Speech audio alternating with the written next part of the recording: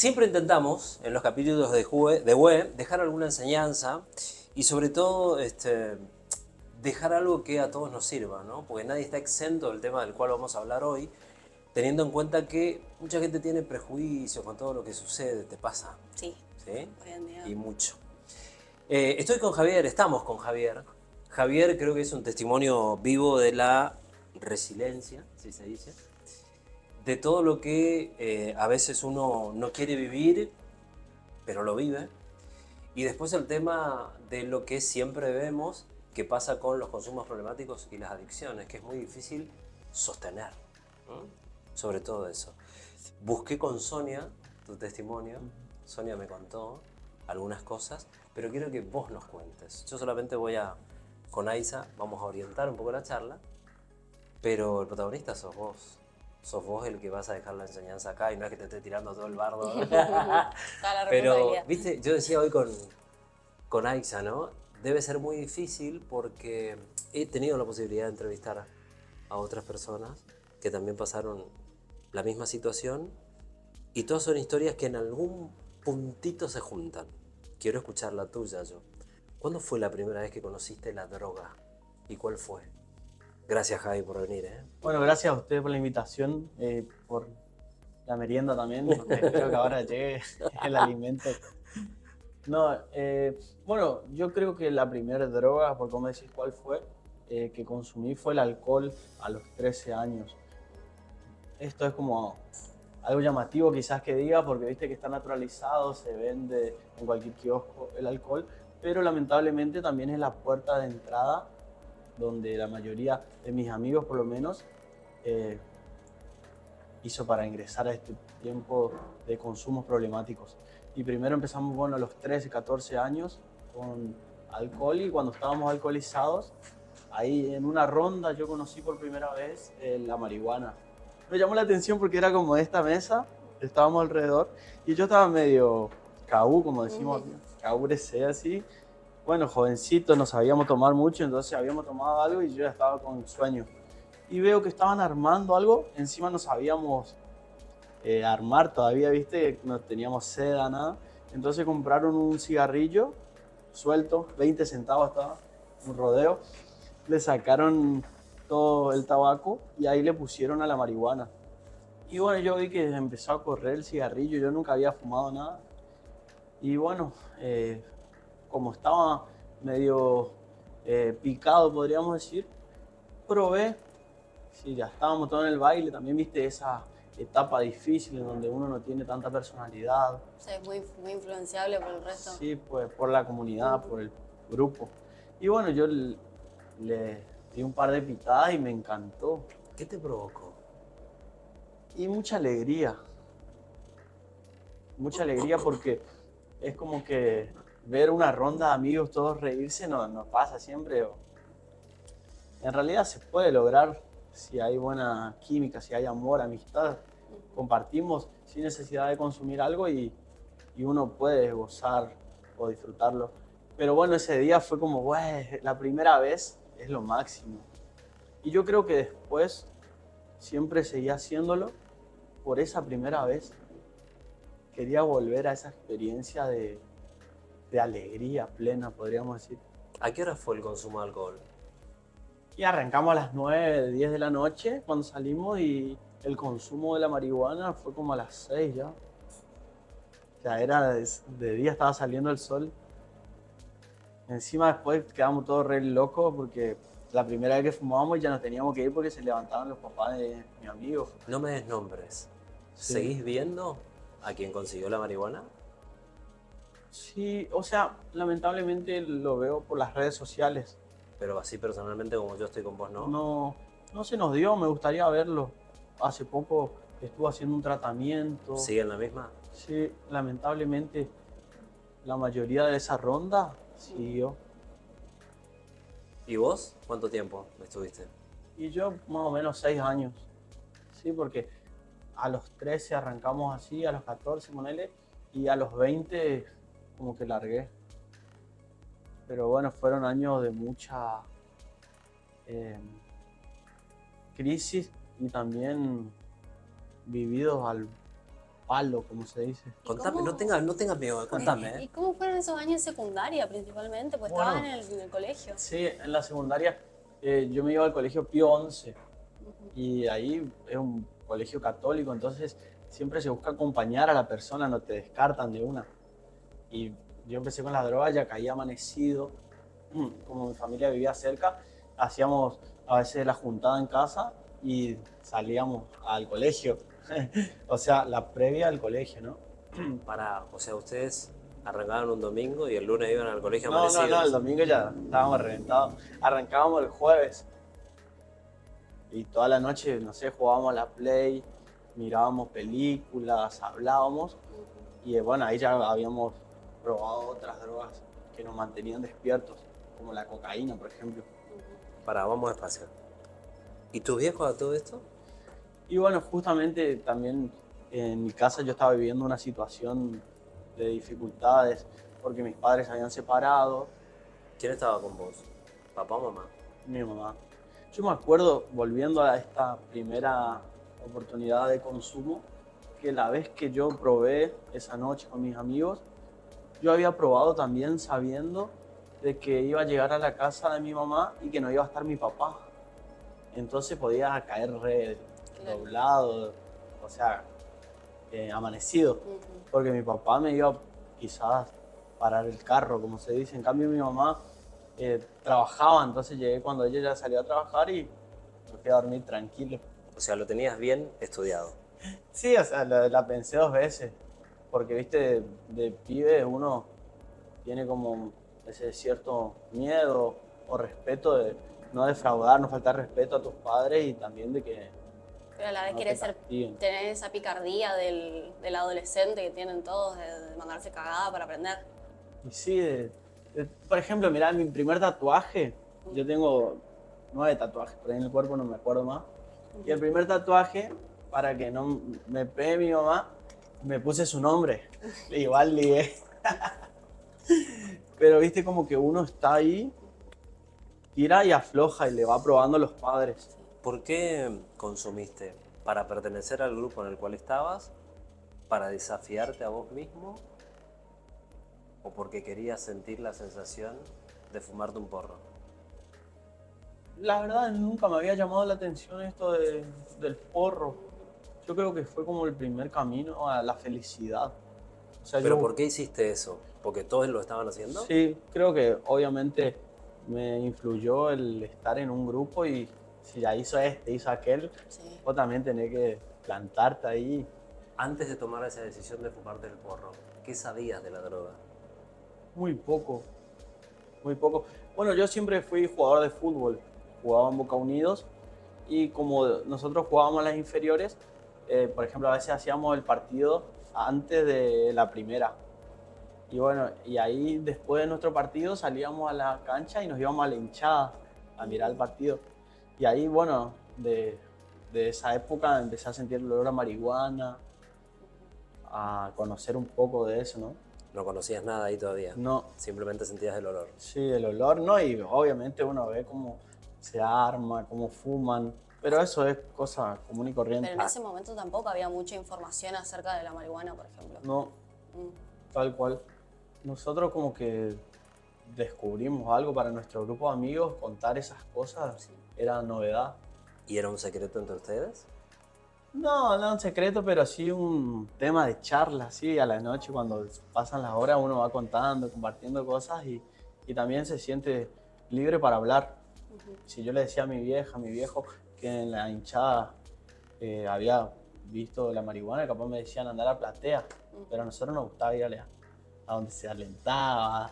Donde no hay que ir, todos queremos ir, ¿no? Y sí, como que ese lugar nos llamaba ¿Vos la sabés qué? atención. Qué cosa loca, porque yo tenía antes una banda de rock y he estado en situaciones donde había gente muy drogada. Vi cuando la gente se estaba drogando. Nadie me cree por ahí lo que yo cuento, pero en miles de ocasiones a mí me han ofrecido drogarme. Y en todas las ocasiones dije que no. A ver, no por eso soy el superhombre, debo tener otras debilidades. Pero nunca logré entender y creo que eso es charla con un profesional, ¿qué hicieron mis viejos para que yo tenga la personalidad o la enseñanza de que eso no es correcto? Porque yo no recuerdo una charla tan directa en la cual me escucha, eso no. No recuerdo directamente si se habló o no del tema. Pero yo sabía que era incorrecto. Es más, en una oportunidad estábamos en el muro del hotel de turismo, había un bar antes, y un chico, que todavía lo sigo viendo, me acerca un porro. Me dice, fumátelo. Y otro le pega por la mano y dice, no, pará, él no hace eso. Él no hace eso. Él toma whiskola en ese momento. Solamente eso lo pone a él. Y yo en ese momento dudé si agarraba o no. Me dijo, no lo hagas, ¿eh? No lo hagas porque te vas a hacer mierda. Me dijo el vago. Tenés que agradecerle. Un chico 3 años más grande que yo. Me quedó esa imagen, pero después pasé por miles de situaciones y nunca dije que sí. Te insisto, tengo otras debilidades. ¿Qué hiciste? ¿Cuándo le contaste a tu vieja o nunca se lo contaste y ella te lo descubrió?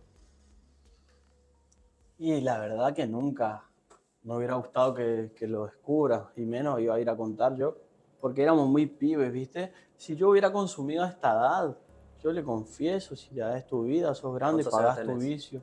Más de 30, cumplí 31. Y aparte, estás en los 13, 14, como vos contabas, estás en una época mental donde te estás desarrollando todavía y es obviamente muy nocivo que te metas esas cosas porque después afecta incluso tu crecimiento y a la parte cognitiva del cerebro, ¿no? Tal cual. Yo sabía que si le decía, por ejemplo, a mi mamá, me iba a salir por ese lado de la ciencia, que Te me va a iba quedar hacer quemado. mal. Eso, las ¿Qué hace tu neuronas. vieja? Ella es médica, ¡Oh! entonces me iba a correr con la sabiduría y todo eso. ¡Médica! Y yo por eso como que intentaba siempre estirarle a ese... A confesar. Eso, a confesarlo. ¿Y cómo te descubrió? Y van sucediendo cosas en el camino que uno va dejando huellas, podríamos decir. Contame esa. Y desaparecen cosas en la casa. O sea, que robaste para comprarte Sí, droga. algunas veces tuve que tocar cosas mínimas, podríamos decir, pero metí la mano en mi casa, ¿viste? Y ya era raro, por ejemplo.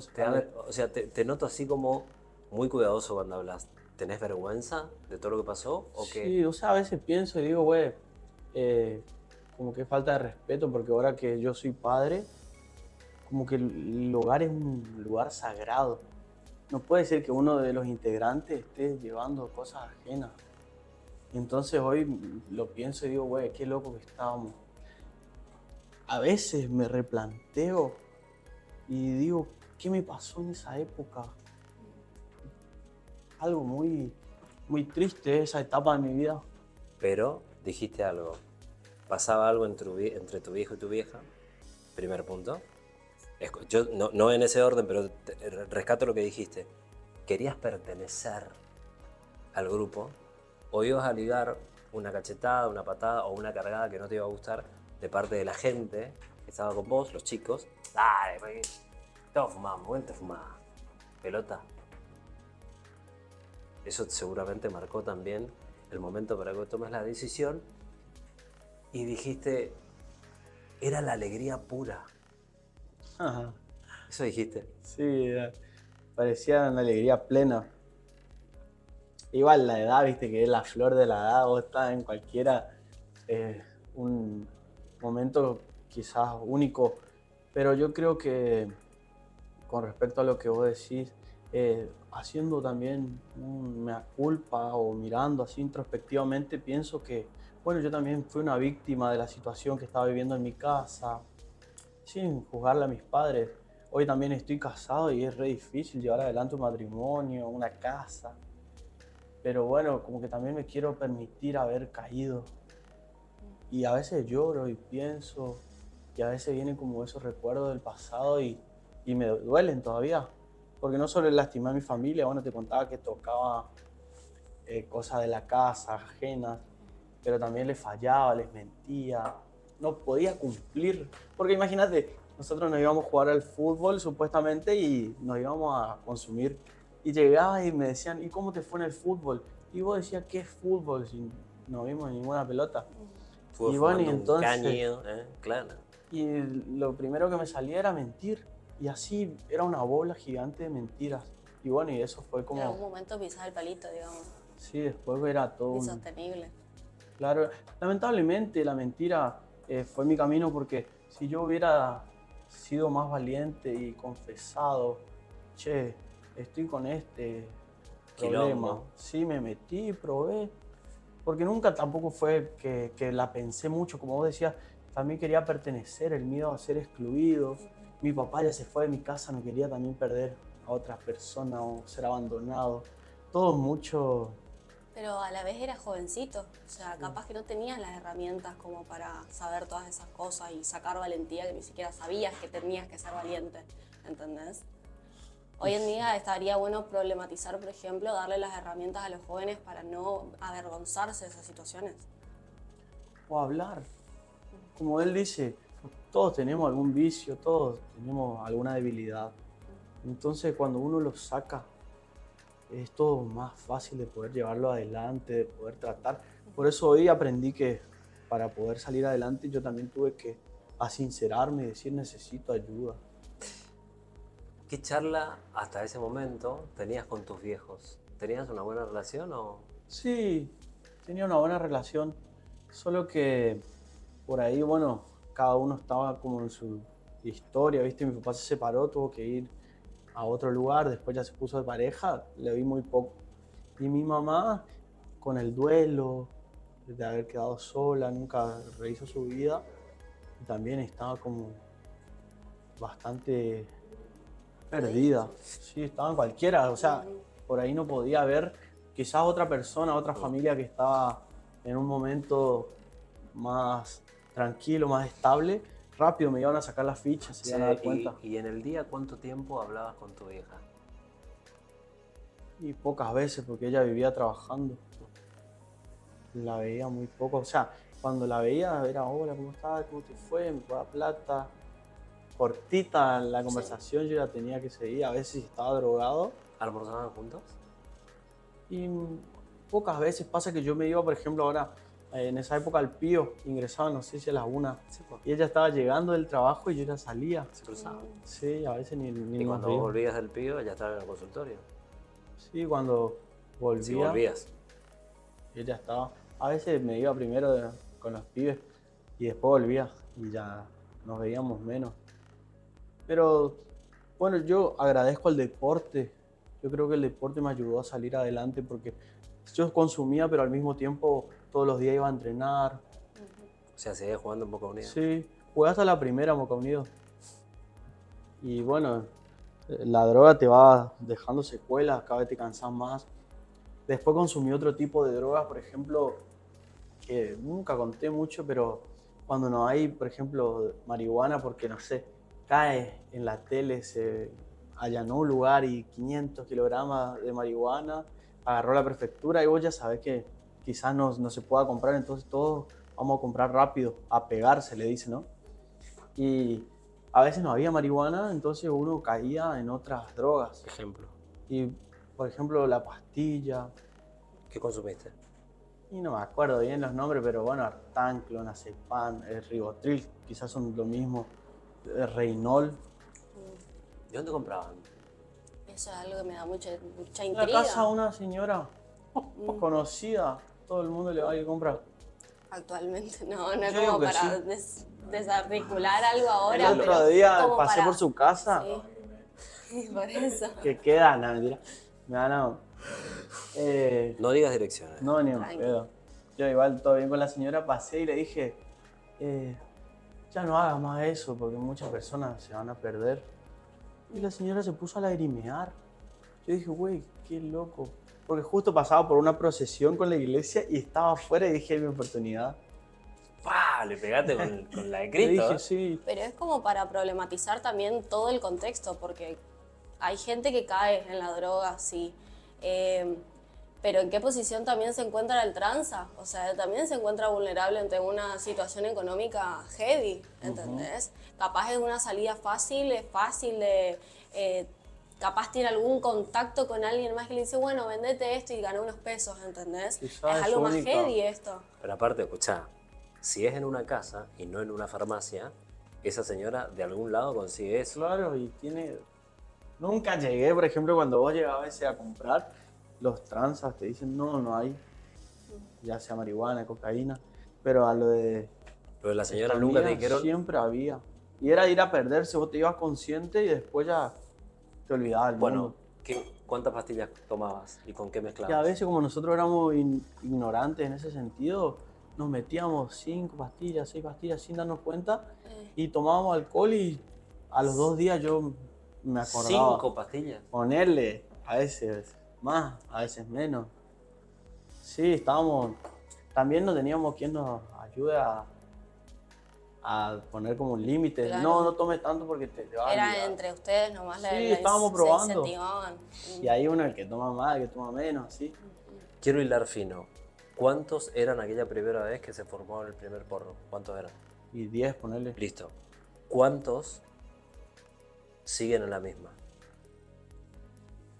Y yo no te puedo decir así un porcentaje porque yo no me junto más con los pibes, pero yo digo que el 90%. ¿Esa es una de las claves para sostener, dejar tus juntas de consumo? Y sí, las buenas amistades te ayudan a salir adelante. Pero tuviste que abandonar por una decisión y una recomendación de psicólogos esa junta.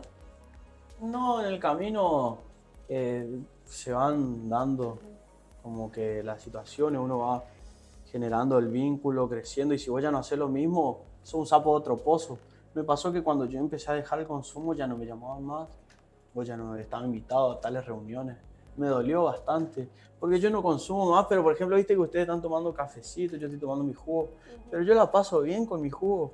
O sea, si me invitan a una fiesta donde están por consumir, yo igual, no te digo que me muero por ir, pero me encanta salir a compartir compartir con los también. amigos, así, si los pibes están consumiendo, que le metan, a mí no me pasa nada. Igual es jugar con fuego también.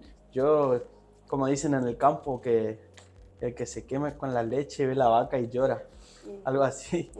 Tienes que tener cuidado en los lugares donde Recapitulo un haces poco, ¿eh? Arrancaste con el alcohol, Sí, fumaste marihuana, cuando no hubo marihuana hiciste pastillas. sí, otras drogas porque a veces por ahí te queda lejos lo de la señora que vende, entonces está al lado de una ferretería y te compras un pegamento.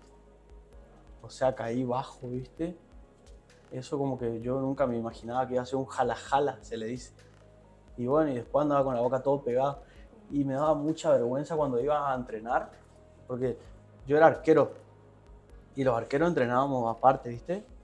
Y después de un par de entrenamientos, empezaba a transpirar todo pegamento. Yo sentía el olor a Epoxi.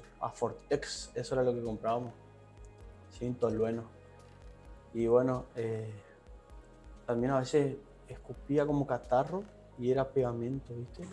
Porque tus pulmones empiezan a tirar y vos sentís los poros así, el olor a pegamento, y era horrible. Pero bueno, era ese deseo de salir también un poco de tu realidad. Lo que la droga me ayudaba era a evadir, por ejemplo, la situación en mi casa. Y bueno, y entonces con un par de jales yo ya estaba en otra dimensión. ¿Cómo hiciste con la escuela?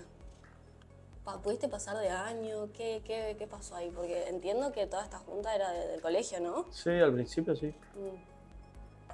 Y bueno, la mayoría de mis amigos que también estaban en esta, algunos fueron expulsados después, o le pedían que a los padres que los cambien de colegio para no expulsarlos. A mí, gracias a Dios, no me expulsaron, porque dentro de todo yo era o sea...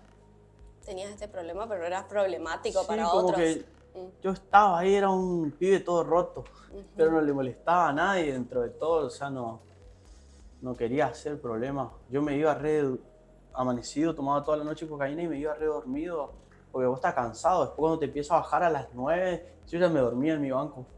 Y como que el colegio me fue acompañando, me llamaba la atención, me invitaban a hablar con el psicólogo, con el cura, qué me pasaba. Yo le agradezco a Dios haber estado en esa institución, porque bueno, como que ahí Dios también iba trabajando en mí. Y ¿sabes lo que yo hacía? Porque yo me sentía también un sapo de otro pozo, cuando todos estaban re pila con la energía y yo re liquidado de la noche anterior. En los recreos me escondía. ¿Y dónde no se iba nadie? En la iglesia. Y sí, en la capilla. Entonces yo me iba y estaba en la capilla los 15 minutos que duraba el recreo. Y ahí rezaba, aprendí a rezar. Y mi oración era, ni siquiera no sabía hacer la señal de la cruz, sino que le decía, Jesús, ayúdame, si no, matame. Ya no quería vivir más así. Era solo en el fondo, el adicto sufre mucho, como un alcohólico, porque vos vas cayendo todo el tiempo en algo que vos querés superar, pero que sos más débil, parece. Y bueno, muchas veces antes de irme al colegio, ponele, me metía a la pileta del baño, a la tina, o me duchaba con agua fría, porque dicen que cuando tomas mucha cocaína te puede agarrar un paro. Sí. Viste que hay, bueno, una modelo hace poco se bañó y murió. Y no me moría, che. O sea, pará, ¿vos hacías eso porque te querías morir? Sí, o sea, yo como que, viste, el que juega la ruleta rusa, yo decía, si Dios quiere que me lleve, porque la padecía. ¿Qué padecías? Y padecía ser como que hacer daño. Y yo le estaba lastimando a mi gente más querida. ¿A quién? Y bueno, en esa época tenía una novia, también decía tu novia? familiares. Y nada, me querían ayudar. Pero bueno, era, como decía antes, una bola así de tener que mentir porque no me podía sincerar y decir, recaí, estoy drogado. Es como que para evitar problemas me traían más problemas con la mentira, ¿no? ¿A quién más lastimabas? Y bueno, y sobre todo a mis familiares, ¿Quiénes? y a mi mamá, a mis hermanos, sobre todo a mis hermanos, ¿Cuántos tenés? 2. Y bueno, y me costó mucho volver a tener un buen vínculo, porque por ejemplo mi hermana más chica veía que yo en mi casa hacía como un hotel donde caían a dormir los pibes, o sea, le puse también en riesgo, vulneré mi familia, mi casa, ¿no? Y bueno, y con mi hermano más grande, como que el vínculo se cortó más rápidamente porque como él se daba cuenta de todo, al principio, uno, ¿qué hace? Quiere ayudar, pero cuando el otro no puede recibir esa ayuda, le dice, bueno, este no quiere cambiar. Él se droga porque quiere. Y así, bueno, la gente me iba dejando. Y un montón de personas en el camino me dijeron, manejate, hasta acá te puedo ayudar. Y eso, bueno, fue muy doloroso también. A los 13 años probaste alcohol. A los 13 probaste marihuana. Sí, 13, 14. ¿El pegamento en qué edad? Y a los 17, ponele. ¿Y la coca? Y la coca antes. El pegamento como que ya es de raspar y caer bajo. Y la coca es más fácil porque cuando vos consumís, por ejemplo, toda la noche alcohol, marihuana, llega un momento que tu cabeza te empieza a hacer mucho ruido, ¿viste? Te mareás. Te empezaba a bombar. Sí, querés vomitar, ponerle o dormir. Uh-huh. Y que los pibes te dicen, toma esto, levantate, porque estás haciendo pavadas, son cachivaches, son barriletes. Uh-huh. Y bueno, y la cocaína te levanta. Me acuerdo la primera vez que tomé cocaína. ¿A los cuántos? A los 16, 17. Bueno, estábamos... Yo no quería la cocaína porque la cocaína yo le veía a las personas que consumían que estaban como más duras, así, más tristes. Y yo buscaba la alegría. Entonces yo quería el porro y el alcohol y estaba. Pero cuando ya empecé a pasarme de porro y alcohol, necesité algo que me levante para que no se den cuenta. Siempre ese mismo conflicto, ¿no? Y bueno, y me dijeron, levántate porque te van a pillar. Y tomé. Y en un momento desapareció todo el mambo ese que tenía en mi cabeza de que me estaba por desmayar, que me estaba por dormir. Como que parece que empezaba de cero. Y bueno, y ahí me empezó a gustar la cocaína para el después. O sea, me daba masa primero con el alcohol y la marihuana y para terminar tomaba cocaína para quedar de 10. Y ahí podía llegar a mi casa sin que se den cuenta. Porque si vos llegabas con la marihuana, llegabas medio zombie. En cambio, si llegabas duro, como se dice, con la cocaína podés hacer bien las cosas. Si no estás tan duro. O sea, si no tomaste tantos gramos. Pero viste que parece que una solución te está metiendo en otro problema. Era buscar la solución en mentir para que no se den cuenta y la mentira ya te llevó a otro mundo de problemas. ¿De dónde sacabas la guita para comprar todo? Y bueno, y eso es lo que contaba hoy, por ahí me Está bien, daban. pero puedes robar una vez, sacar algo de tu casa 2 veces. Sí, en realidad ¿Qué le abrías la billetera a tu vieja? eso, le sacaba plata más que nada. Pero también, bueno, por ahí, no sé, a veces tenés que vender tus cosas. ¿Qué vendiste? Y no, y siempre estaba cambiando el celu, ponele, vendía mi celu. Que ¿Qué bueno, no lo había comprado yo tampoco, o sea. Y después, bueno, siempre estamos como sacando de algún lugar. Y si vos no tenés, tiene el otro. Y así vamos como metiéndonos todos juntos en el pozo. ¿Cuántos días estuviste despierto? Y algunas veces todo el fin de semana. Sí. Lo peor era cuando tenía que jugar el partido, ponerle el sábado o el domingo. Mejor si era sábado porque así el viernes nomás tenía que renunciar o a veces rock and rolleaba, como se dice, todo el viernes, pero no estaba tan fundido como un domingo, que viernes y sábado me daba masa. Y bueno, a veces en el partido como que también uno padecía porque vos no llegabas pleno en el estado que vos querés estar. Y a veces, bueno, sobre todo el arquero tiene que estar muy polenta, ¿viste? Para salir a buscar la pelota. Si tenés que matarte, te matás, pero cuando vos estás tan amanecido, te vas empezando a lesionar, como que tu cuerpo no aguanta. Y bueno, y a veces estábamos pasados y nos íbamos a jugar y dábamos vergüenza en la cancha. Sí. Y los mismos profesores se empezaron a dar cuenta y decían, ¿qué te pasa, loco? Toda la semana anduviste re bien y ahora está dando lástima. ¿Terminaste bien la secundaria? O sea, los 5 años, en 5 años, ¿o terminaste? Sí, terminé bien, gracias a Dios. Igual, dentro de todo, uno se amaña y te van ayudando también los profes para que vos sigas. Y a veces también estudiaba. No quiero ser autorreferencial, pero Dios me ayudó también mucho con dones de poder... ¿Sos inteligente? Sí, dentro de todo rápido leía y me iba. Y también un poco valiente, porque por ahí mi mamá me decía, güey, no estudiaste un pedo y te vas y a probar. Y también, bueno, como que escuchaba en clase, leía y me animaba. Y a veces te ayudan también, ¿viste? Como, no soy un alumno 10, pero bueno. Un alumno 7. Sí, esa ¿Viste? onda. ¿Viste? Vos, ahora que decís, no soy un alumno 10, muy... quiero hablar como en la calle y no quiero ser tal... Muy hijo de puta lo que decís, ¿sabes por qué te digo? Porque una vez Diego Maradona dijo, vos habrás visto el video, a Gastón Paul se lo dijo, ¿qué hubiese sido yo si no me drogaban? ¿Qué jugador no hubiésemos perdido? Drogado y todo, hizo todo lo que hizo. Y el tipo dijo eso. O sea, ¿qué jugador hubiese sido si no me drogaba, no? Así abrió los ojos, creo, que Gastón Paul. Y vos decís, ven, no soy un alumno 10. Imagínate si no te falopeaba. Imagínate eso. Sí, igual. No quiero volver al pasado No, porque... no. A ver, entendeme esto, ¿eh? No es que nos estamos haciendo dulce con tu testimonio y nada por el estilo. No entiendo pero, lo que querés decir. o sea, yo tengo un hijo de 8 años y tengo el recontra temor de que pase eso. Lo que te pasó a vos. Porque uno cree que es buen papá, ¿eh?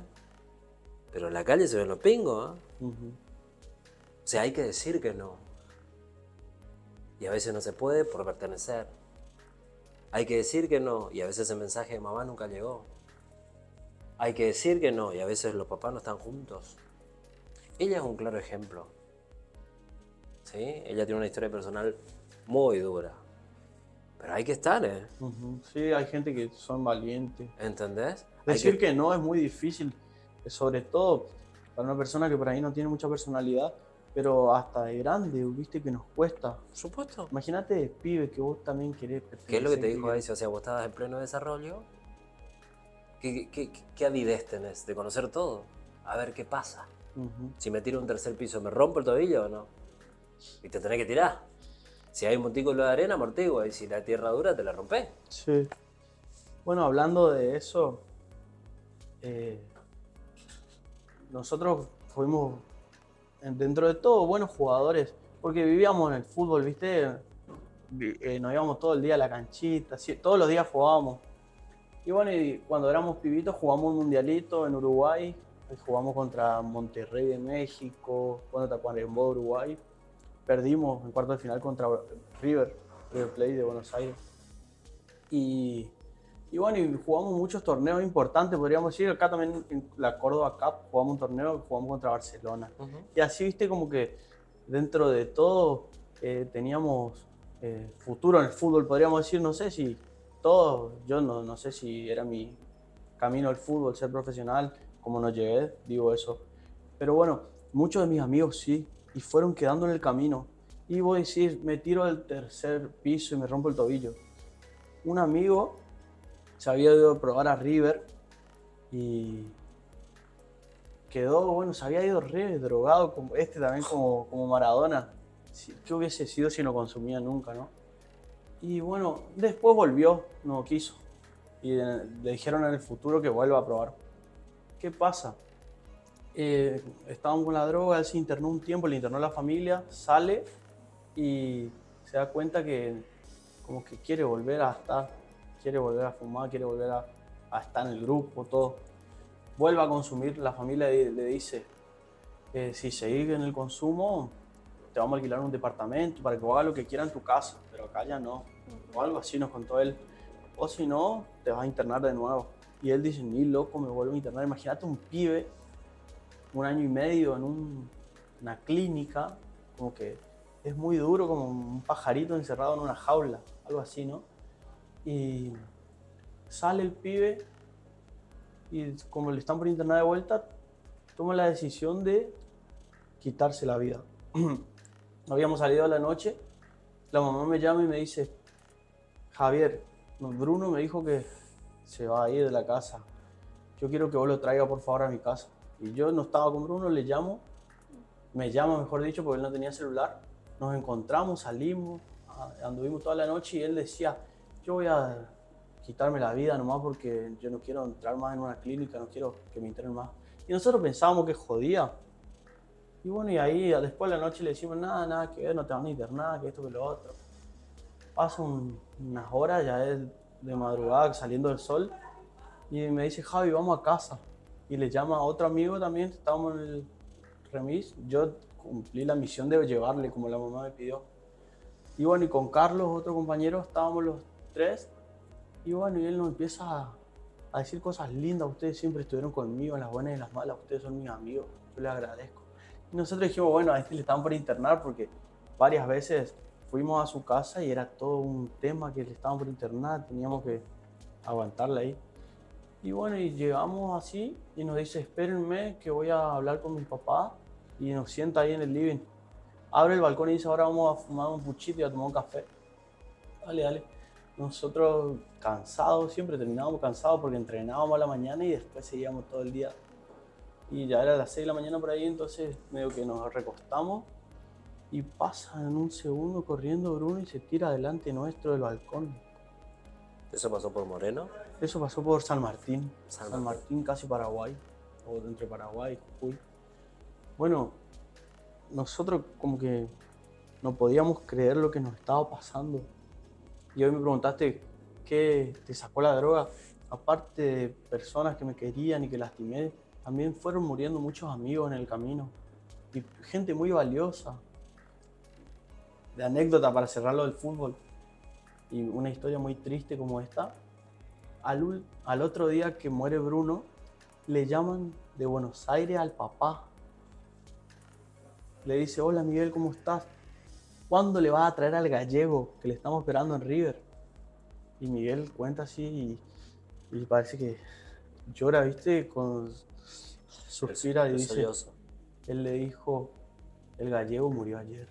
Siempre nos cuenta ese testimonio y nosotros no sabemos también qué hacer ahí, ¿viste? Queremos llorar de tristeza por cómo terminó su vida. Y bueno, y muchos amigos también fueron quedando en el camino por el alcohol, por las drogas. Lamentablemente, la droga es un camino de vida que la mayoría o termina en la clínica psiquiátrica, ponele, o en la cárcel, o en el cementerio. Las 3C le dicen los pibes. ¿Caíste en cana? Muchas veces. Pero tranqui, ¿no? ¿Por qué sí muchas veces? ¿Qué hiciste? ¿Te agarraron fumando o qué? Sí, por eso. A veces, tipo, la policía. Yo fumé en una época que era feo fumar, la policía te llevaba, ahora todos fuman y no pasa nada. No sé, yo digo eso, cómo no fumé ahora. Pero bueno, gracias a Dios que, que le metí cuando era prohibido para dejar. Pero a veces estábamos ponerle afuera de regatas, nos íbamos a verle a regatas y estaban unos amigos fumando, yo tenía que encontrarme con una persona, entonces no quería fumar más. Viene la policía, bueno, tienen que irse todos. Yo quedé con esa persona que me encontraba ahí, no podía irme. Y yo le digo a la policía, yo no me puedo ir porque tengo que esperarle a alguien. Ah, ¿sos vivo? Y me llevaron a la quinta. Y así muchas veces por peleas. También tuve una época media oscura, una mancha ahí en la historia que es más grande que las otras. Porque una vez íbamos a verle a Boca Unidos contra River. Nosotros, fanáticos del fútbol y de Boca Unidos, queríamos ir a conocer el Monumental. Y bueno, yo estaba jugando al fútbol en Buenos Aires. Porque cuando me va mal acá en Boca Unidos, se muere Bruno, yo dejo el fútbol.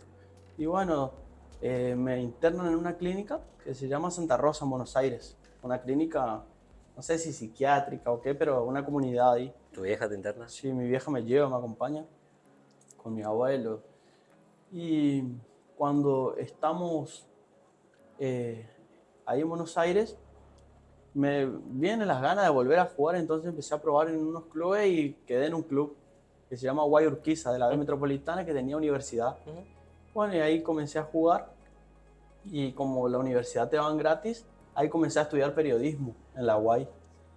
Y bueno, ¿qué pasa? Jugando con fuego por ahí empecé también a fumar. Solo yo quería dejar lo otro, pero para mí la marihuana no era un problema, no era droga, ¿viste? Lo controlabas. Sí, o sea, yo la manejaba. Y encima todos los arqueros fumábamos, re loco era, pero nos juntábamos por ahí los arqueros, terribles arqueros, impresionante los arqueros que vi ahí. Bueno, y conozco un lugar donde les cuento que la marihuana en Corrientes sale re barata. ¿Por qué? No sé, cruzan de Paraguay, seguramente, digo yo. Estoy hablando de porro prensado, ¿no? Porque en esa época no se cultivaba como ahora, que todos plantan sus flores y demás. Bueno, el pibe me dice, tráeme un par de kilos que yo te pago, no sé, 1.000 pesos por kilo. Y yo compraba no, 50 pesos, ponete acá. O sea, tráeme marihuana de Corrientes. Sí, y yo nunca trafiqué, o sea, siempre tenía para mi consumo. Pero bueno, viste las tentaciones del camino, yo viviendo allá, yo me tenía que como que independizarme. A mí el club me daba la universidad, el departamento, pero no tenía para consumir. Entonces fumaba si te invitaban, si por ahí pintaba. Y bueno, dije, vamos a hacer las pruebas, vamos a llevar. Y de paso también llevaba un poco de consumo para el viaje. O sea, ¿llevaste marihuana de acá? Sí, llevé ¿Un ladrillo? un ladrillo, sí. ¿Y no te agarraron? Y bueno, lamentablemente no tuve la suerte de principiante y caí preso en Gualeguaychú con la gendarmería. Igual no encontraron el ladrillo, o sea, me agarraron con menos, pero bueno, fue como la pesadilla de mi vida. Quería ir al Monumental a verle a Boca Unidos contra River y todo mal.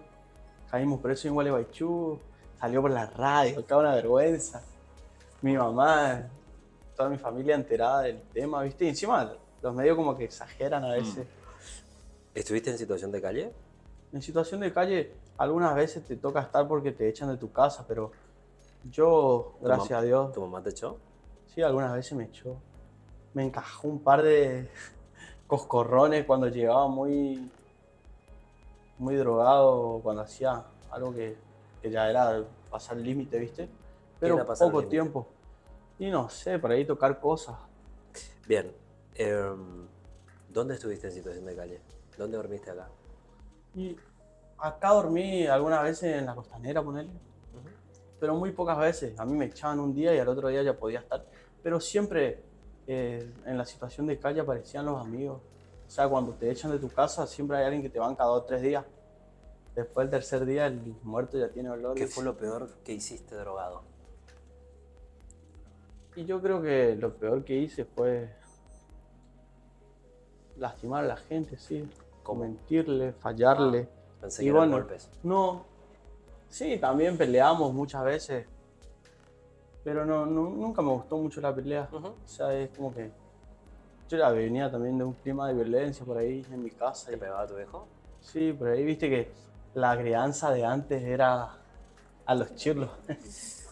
Y a veces, bueno, eso me hizo como también tener miedo, ¿viste? No me gustaba pelear, sentía como que me daba esa sensación de que iba a ligar. Está bien. Vos sabés que en todas las entrevistas que hice, iguales a las tuyas, por eso te preguntaba, en algún momento todo converge. Las historias que a mí me tocó entrevistar fueron similares a las tuyas. Querer pertenecer, poco diálogo con los padres, muchos amigos que hacían lo mismo, violencia intrafamiliar y un montón de sacudones mentales que yo no tengo la lista completa de qué pasa en la cabeza de cada persona, pero casi siempre es eso. Casi todas las historias. Y vos que estás en recuperación, y ahora entro en ese tramo, vamos a ir cerrando, ¿cuándo hiciste clic y dijiste, o qué pasó? ¿Te agarró de las mechas tu viejo, tu vieja, te llevó a la clínica? ¿O cuándo dijiste, ya está? ¿Cuál fue la ¿Cuál fue el clic? rehabilitación ¿Cuál fue el clic? definitiva, digamos? Yo creo que la muerte de Bruno fue un sopapo muy grande en mi vida, que tu mejor amigo se suicide delante tuyo. Bueno, no tiene consuelo, viste, perder un amigo te duele mucho. Eso fue como un... ¿Qué estoy haciendo? Me estoy perdiendo. Y después, bueno, también esto de que nos agarren en Gualeguaychú fue una vergüenza, como que me iban pasando cosas que eran como sopapos de la vida. Y por último, en la clínica, en esta clínica Santa Rosa, ¿Cuántas veces estuviste internado? esa vez nomás. Ok. Me hubiera gustado estar más veces porque ahora que estoy a veces trabajando con personas que están internadas, está bueno, como que una escuela de vida. Pero bueno, en esta escuela de vida que yo hice, en la Santa Rosa, me toca al lado un delirante místico, una persona que le internaron porque todos los días se iba a la misa, andaba con la Biblia bajo el brazo. Para mí un santito el tipo hoy, ¿viste? Ojalá un día lo vuelva a encontrar, pero ya ni me acuerdo su nombre. Y el gente me habla a mí. ¿Qué pasó? Yo ya estaba acostumbrado a hacer pasar la marihuana. Entonces en la clínica me llevan de prepo, mi mamá me dice, vamos a hablar con el psicólogo, a ver cuándo te internamos. Y yo llevé mi porro para el último, la despedida. Yo ya quería dejar, entonces dije, bueno. Y cuando llegamos, bueno, hablamos y me dice, ¿te quedás ya? Y yo, no, pues, si tengo mi droga acá, quiero fumar mi último cigarro. Y ya estaba todo planeado, había sido. Entonces yo hago entrar marihuana dentro de mi cuerpo, la bolsita esa. Bueno, me revisa la enfermera, paso. Ya había pasado muchas veces esto, ¿viste? Aprendí en la cancha también a hacer entrar. Y cuando estoy ahí en la clínica, como que yo soy no un semidios, pero era alguien importante porque en una clínica de adicciones y el único que tiene porro es como que el correntino, era alguien querido. Y bueno, y ahí me toca justo en la pieza con esta persona que le cuento, mira, yo tengo mi porro. Y él me empieza a hablar y me dice, vos te crees libre porque tenés tu porro, pero cuando fumes todo te va a querer morir acá adentro. Y bueno, y ahí obviamente un delirante místico que te dice, te habla de Dios, me dice, Dios te liberó para que vivas en libertad. Y me citó una cita bíblica que hasta el día de hoy me acuerdo, Gálatas 5:1. Dios nos liberó para vivir en libertad, luchemos por nuestra libertad. Y me dijo, animate a ser libre de verdad, es una decisión que viene de vos. Y bueno, yo re loco, en una clínica psiquiátrica, hablando con un delirante místico, encima medio que ya estaba por hacer caso, y me puse ahí a dudar qué hacía con mi porro, y tiré por el inodoro. Hice correr y yo no sabía ajustado bien lo que hice, me quería morir, pero sentí un alivio, una alegría en el corazón, más alegría que la primera vez que probé droga. como que de verdad esta era la alegría plena que estaba buscando hace tanto tiempo en la droga y la encontré en Dios. Y bueno, y ahí comencé el camino de Dios. Y bueno, acá en el grupo, ahí en Jesús Misericordioso, la parroquia acá en Corrientes, en el barrio 17 de agosto, iniciamos con unos amigos que éramos de la hinchada de Boca Unido y algunos jugadores, este grupo, que bueno, hace más de 10 años ya está allí, que se llama Unidos en Cristo. Y ahí ese fue como no sé, mi punto de partida para esta nueva historia. ¿No te da ganas de volver a drogarte con cualquier cosa? Sí, todos los días. ¿Y cómo decís no? No, y ahí está, yo creo que la fuerza me la da Dios y vivir un día a la vez. O sea, cada mañana yo le digo, ven Espíritu Santo, dame fuerza para poder hoy vivir en libertad. Y me va ayudando. Pero sí, a veces uno está más débil y tenés que pedir ayuda. Yo me voy al grupo y digo, loco, quiero consumir, ayúdenme, porque siento que estoy por recaer. Y ahí ya me sano. El hablar me ayuda también a sanar, el poder ir a estos grupos donde no te juzgan, te escuchan. Y bueno, y ahí uno va pudiendo salir adelante. ¿Adicción significa eso? Y sí, en cierto sentido, el adicto es el que nos haga decir. Puede hablar pavada, pero las cosas que te duelen te cuesta decirlo. Lo último, decime algo que quieras decirnos que no te hayamos preguntado y que creas que puede servir para la gente que está o en vías de recuperación o no sabe para dónde salir a correr porque no va más del consumo, o darle un consejo. Dijiste vos alguna frase, un camino de ida y después... Bueno, que busquen a alguien con quien poder hablar, poder decir. Yo me voy al psicólogo, mañana tengo terapia y espero todos los días que sea viernes para poder tener este espacio tan importante que creo que es una de las bases que me está ayudando a poder cimentar sobre la piedra esta nueva etapa de mi vida. Y bueno, otra cosa que creo importantísimo, vos me preguntabas sobre la comunicación, sobre nuestra carrera, profesión, algo que agradezco a la carrera y que ahora pienso bien y digo, sí me sirvió, fue el poder escribir. Si vos por ahí en tu casa no tenés a quién decirle, no tenés un psicólogo, no tenés con quién poder compartir lo que te pasa, hacelo aunque sea en un papel, pero sacalo, porque es importante que lo podamos poner en palabras, no solo así con la boca, sino en un papel. Y bueno, y aprovecho para vender ya, pasar el chivo. Nosotros ahora con mi esposa estamos terminando de escribir nuestro libro, porque posta, a mí me ayudó muchísimo el escribir. Empecé a poquito, con papel, virome, y después ahora con la compu. Y nosotros cuando estábamos de novio, hicimos un viaje para verle al Papa en Panamá. Como no teníamos la plata para ir ida y vuelta, y se pone caro todo lo que sea Panamá o alrededores, donde es la sede de la Jornada Mundial de la Juventud se llama. Entonces el vuelo más barato que conseguimos fue a México, pero nos llevaba allá y entonces compramos un pasaje de ida y dijimos, si Dios quiere y la Virgen de Guadalupe nos ayuda, vamos a volver algún día. Y ahí nos fuimos a México con nuestras mochilas y sin pasaje de vuelta y mochileamos toda América, podríamos decir. O sea, no toda América, sino un poco de Centroamérica y de Sudamérica. Más de 10 países estuvimos caminando. Y bueno, y eso lo escribimos. Y ahora, si Dios quiere, no sé si en la Feria del Libro o en algún momento en alguna feria, quisiéramos presentar esta obra que se llama Mochileros de la Fe. Y después de todo, creo que la mayoría o que todos somos mochileros de la fe, que llevamos una mochila cargada de sueños, de proyectos y también de dolores que en fe le vamos entregando a Dios. Y eso también me gustaría decirle a quien está mirando, que le entregues a Dios tus sueños, tus proyectos, tus anhelos, tus dificultades. Porque cuando yo pude dejar la droga, fue porque antes yo le entregué a Dios mi enfermedad. Le dije, por favor, Jesús, sacame. Ya no quiero vivir una vida de fracaso tras fracaso, de dolor tras dolor. Y bueno, y hace más de 10 años que el milagro ocurrió en mi vida. No quiero hacer ese pare de sufrir, ¿viste? No, no fue algo mágico.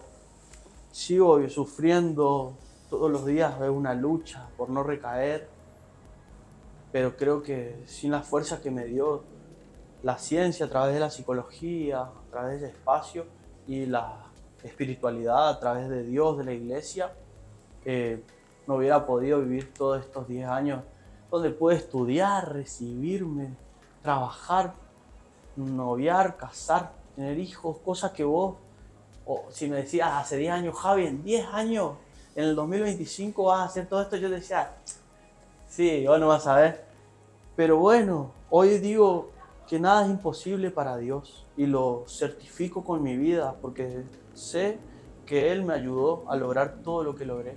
Y bueno, y ya de paso, para cerrar, les quiero invitar a que vengan a nuestra comunidad en Jesús Misericordioso.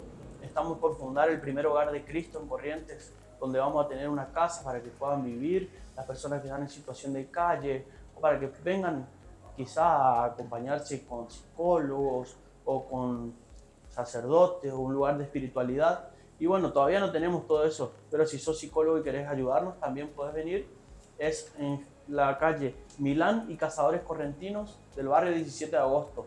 Los lunes y jueves nos reunimos a las 21, los miércoles a las 18 y los viernes a las 19:30. Pero el día viernes es solo para varones. Ese ya es medio machismo.